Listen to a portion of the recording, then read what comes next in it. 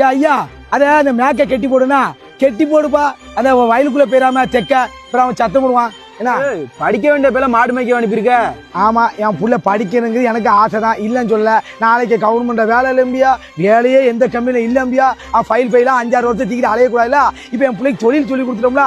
என்ன ஒண்ணு இந்த அரசாங்க பால் விலையை மட்டும் கொஞ்சம் ஏற்றி தர மாட்டேங்க ஒரு வருத்தமா இருக்கு எனக்கு. அதாவது பால் பாக்கெட் இருக்க மவுசு நம்ம மாட்டு பால் கேட்க மாட்டேன், கேட்டா அதையும் மாட்டு பால் தான் சொல்லுவான். இருக்கட்டு இல்லங்களா ஐயா அங்க வாயா.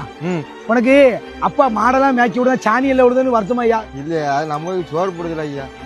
புரிஞ்சுக்கிட்டா போதும். என்ன நீ படிக்கிற புள்ள உன்னை நான் என்னமோ ஒரு மாடு மேய்க்க விட்டா சாணி எல்லாம் சொல்லிட்டு அவிய வருத்தப்படுது. அவிய அப்பெல்லாம் ஒன்றும் வருத்தம் இல்லையா? அதை வருத்தம் இல்ல. சரி ரைட், மாட்டுல சாப்பாடு போடுது. அது புரிஞ்சுக்கிட்டா சரிதான். நீ எல்லாம் மாட்டுல பத்திட்டு வாய்யா. புரிஞ்சுக்கிட்டீங்களா? என்ன தொழிலா பார்க்கணும். ஏன்னா என் புள்ள எனக்கு சப்போர்ட்டா இருக்காங்களா, அது சந்தோஷம் தானேங்க. அவன் சொன்ன வார்த்தையை கேட்டீங்களா இல்லையா? நம்ம தொழிலாப்பான்ட்டான். இதுக்கு மேல வேற வேணும் சோறு போடுறதை போட்டுட்டு அது கேவலப்படுத்தி அந்த நாளைக்கு அவனையும் வெட்டி விட்டு வேலை பார்க்காத அதை பார்க்காத மாட வைக்காது வாங்கல பாய்க்காரம்.